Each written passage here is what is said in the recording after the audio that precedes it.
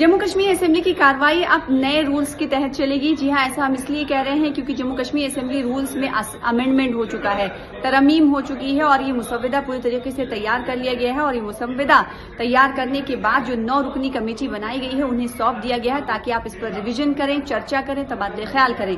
और इसको लेकर हमने देखा कि 4 फरवरी को मीटिंग भी बुलाई गई थी जिसमें इस पर तबादले ख्याल किया गया।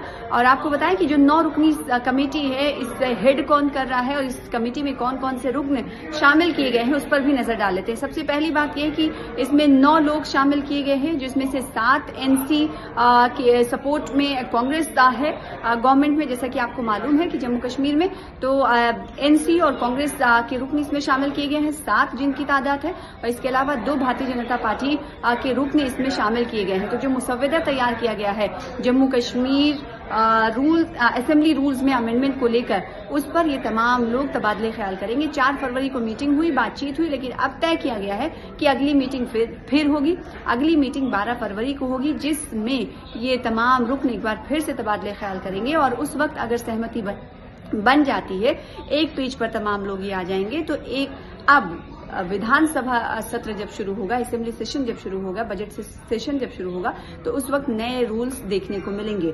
जम्मू कश्मीर असेंबली रूल्स में अमेंडमेंट हो रहा है। अब सवाल ये उठता है कि आपके जहन में ये सवाल होगा कि आखिर क्यों अमेंडमेंट हो रहा है, क्योंकि जम्मू कश्मीर में जो पहले कानून बने थे वो रियासत को लेकर बने हुए थे, राज्य को लेकर, स्टेट को लेकर बने हुए थे। लेकिन अब 2019 में 5 अगस्त 2019 में रियासत का दर्जा खत्म किया गया और यूटी बना दिया गया। लिहाजा अब उस रूल्स में तरमीम करके अमेंडमेंट करके नए तरीके से मुसव्वदा तैयार किया गया है। 9 रुकनी कमेटी इस पर बनाएगी जिसकी एक मीटिंग हो चुकी है। अब अगली मीटिंग 12 फरवरी की होगी। तो तमाम रुकनी की तरफ से अगर एक पेज पर राय होती है, एक मत होते हैं, सहमत होते हैं, तो ये मुसव्वदा मंजूरी के लिए उपराज्यपाल के पास भेज दिया जाएगा। फिर उसके बाद जब 3 मार्च से बजट सेशन की शुरुआत होगी उस वक्त नए रूल्स के तहत चलती हुई असेंबली दिखाई देगी। अब विरोध क्यों हो रहा है, कौन कौन सी पार्टियां विरोध कर रही हैं तरमीम को लेकर, आपको बताएं कि जम्मू कश्मीर पीपल्स कॉन्फ्रेंस की तरफ से विरोध जताया जा रहा है। वहीं पीडीपी भी कह रही है कि ये